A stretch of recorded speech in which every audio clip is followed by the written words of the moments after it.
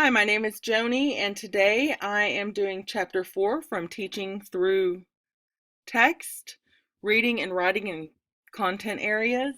And Chapter 4 is Teaching for Diversity. And before we start, I would like to give you a quote from Jacqueline Woodson.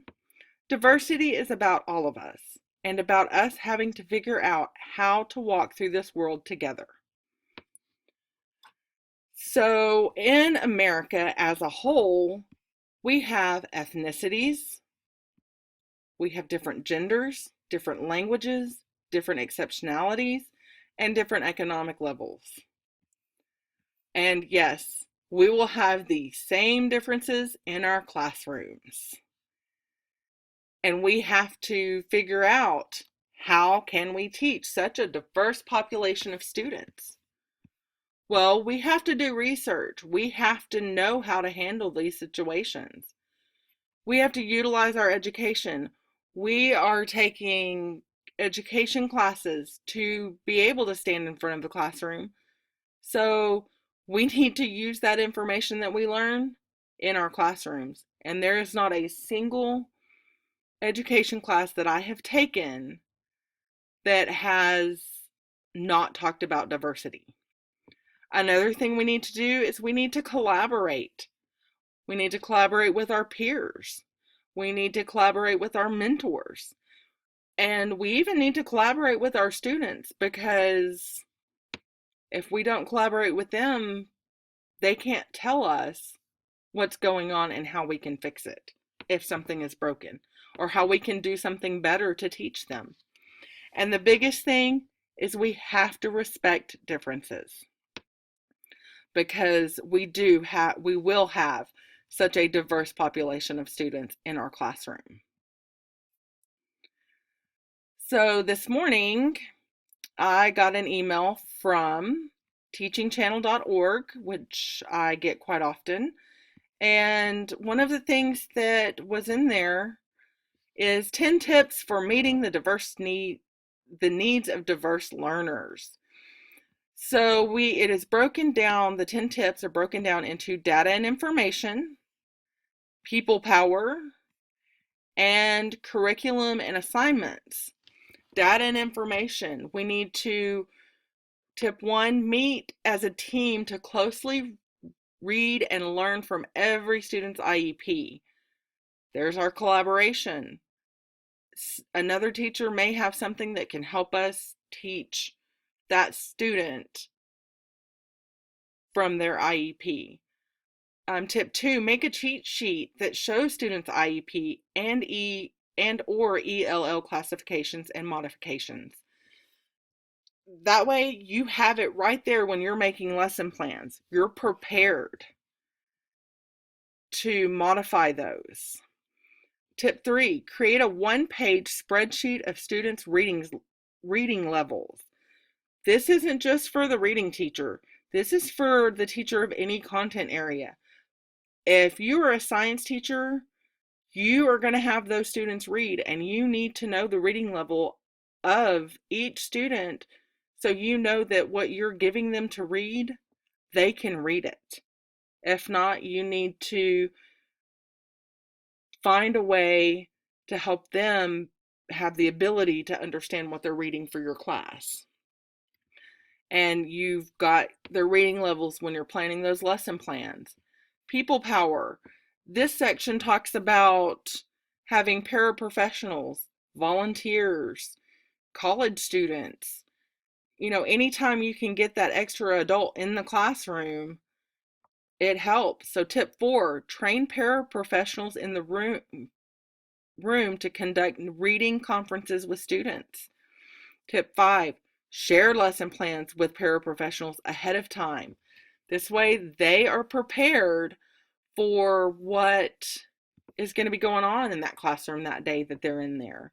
Tip 6, split the class into smaller groups, each facilitated by an adult in the room. Tip 7, give each adult in the room a small group of students to monitor and support. I know a lot of schools do not have paraprofessionals, volunteers, aides, whatever you want to call them. But when you get a student like us coming in the room, utilize them. Have them help you in that assignment or that lesson to help the students through the assignment. The next section is curriculum and assignments. And tip 8 is modify assignments to make them more accessible to every student. Tip 9, survey students about their interest and use that feedback to guide curriculum. Ask them questions. What do you like about our class so far? Why do you like it? What feedback and ideas do you have for me as a teacher to improve our class?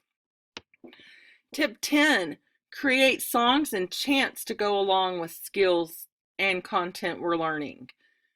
Kids love to sing. Even if you are not the best singer in the world, which I'm not, they still love to sing. So they learn through movement. And this can also teach to the different multiple intelligences that you will have in your classes.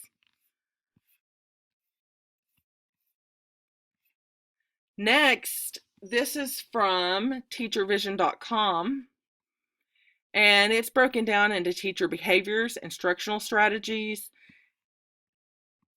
and that's it. And teacher behaviors, you have to appreciate and accommodate the similarities and differences among the students' cultures.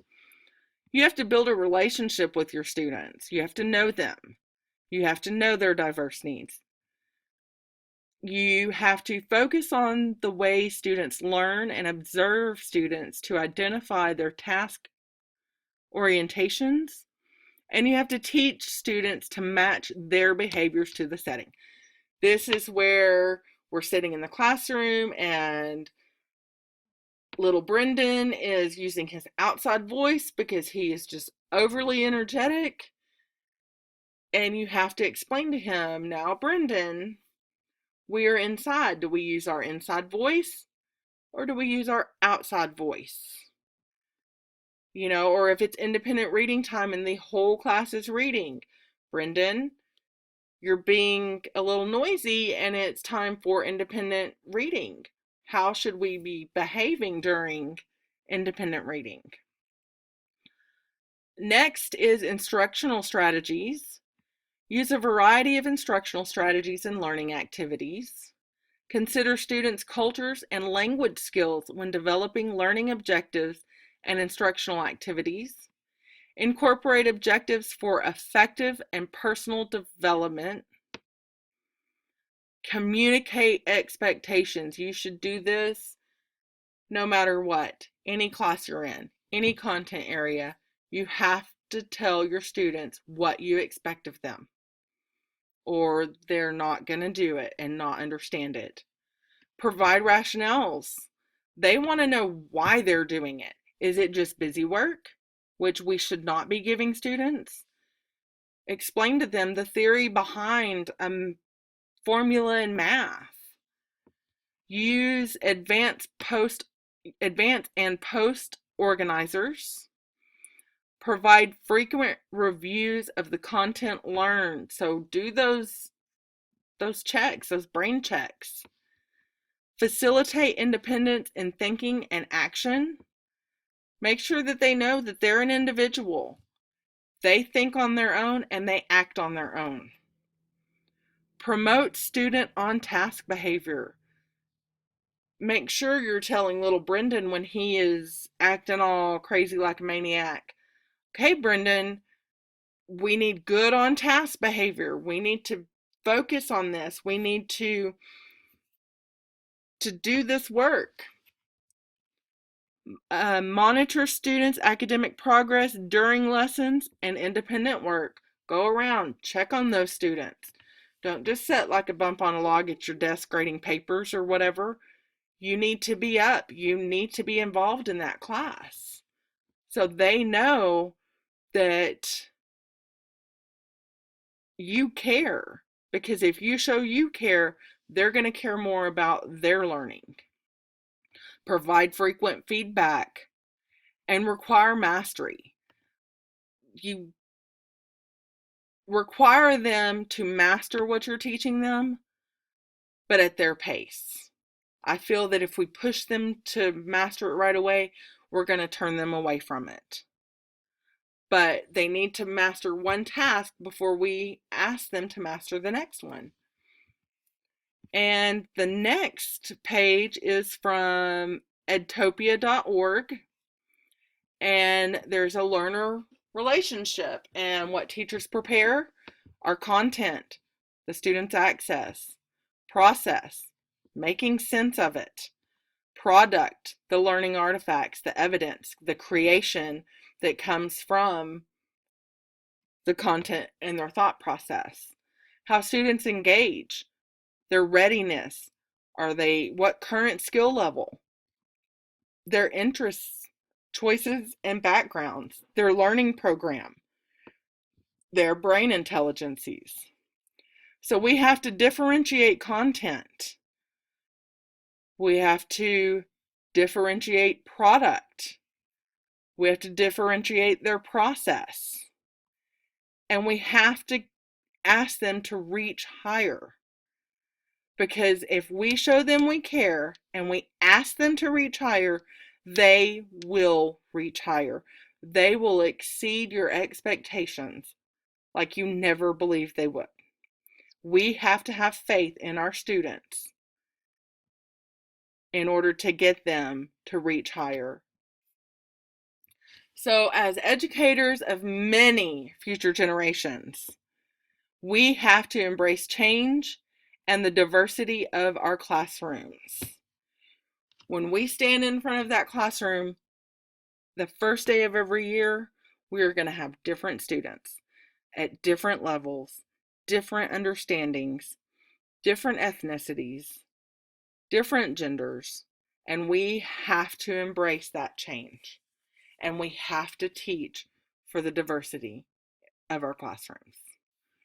And I will leave you with a quote from Cesar Chavez, and it is, "We need to help students and parents cherish and preserve the ethnic and cultural diversity that nourishes and strengthens this community and this nation." Thank you. It was a blast, and I hope you understand teaching for diversity and ways that we can do that. See you next time.